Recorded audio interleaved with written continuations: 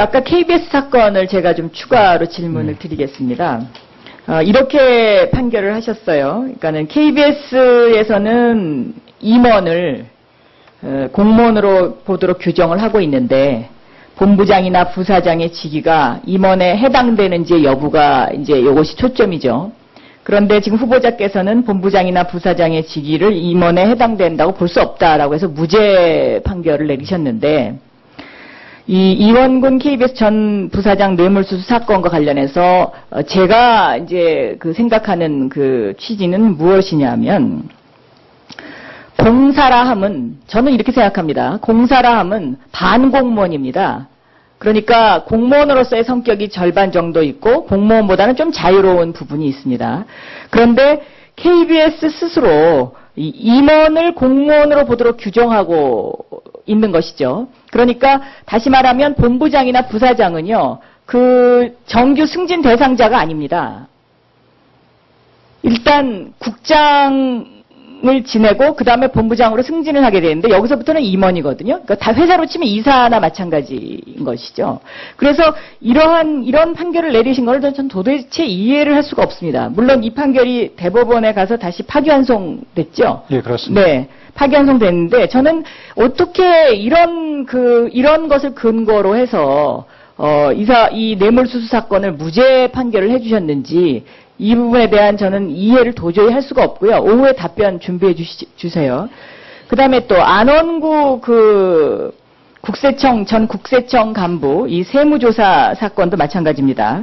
이것이 항소심에서 심리를 보니까 4번 하셨더라고요. 근데 심리가 근데 불충분했다 해서 이것도 대법원에서 파기환송됐습니다. 이것은 파기환송된 거는 아닌 것 같고 이거는 이제 기각됐네요. 그런데 이 부분도요. 아까 조금 전에 답변을 뭐라고 하셨냐면 피고인들이 국가 공권력에 의해서 손해보는 일이 없도록 피해받는 일이 없도록 충분한 배려를 해야 된다고 얘기를 하셨어요. 그런데 이런 사건은 왜 충분한 배려를 하지 않으십니까?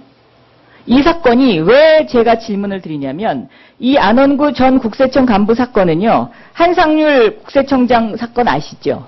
예, 들었습니다. 네, 이것으로 인해서 굉장히 이게 정치적으로도 관심이 많고 사회적으로 물의를 일으킨 사건이었기 때문에 큰 관심사였는데 이런 사건을 어떻게 이렇게 간단하게 처리를 하실 수가 있는지 이런 부분에 대해서 도대체 좀 이해가 안 되는 판결이 상당히 많이 있습니다. 그러니까 이 판결이 뒤집힌 부분 이런 것들을 아까 박범계 의원님께서 하나하나 조목조목 짚으시면서 이제 설명을 드렸는데 오후 질의에는 이런 것들에 대한 근거를 좀 듣고 싶습니다. 왜 이렇게 하셨는지, 이것은 무엇을 의미하는지, 그리고 피해자가 피고인에 대해서 그토록 배려를 강조하시는데 왜 유독 국가 권력과 관련된 사건들은 이렇게 간단하게 충분한 심리도 거치지 않고 이렇게 처리를 할 수밖에 없었는지, 그것이 이번 후보자의 발탁 배경이 된 것은 아닌지에 대한 민주당 의원들의 의구심을 좀 지워주셨으면 좋겠습니다.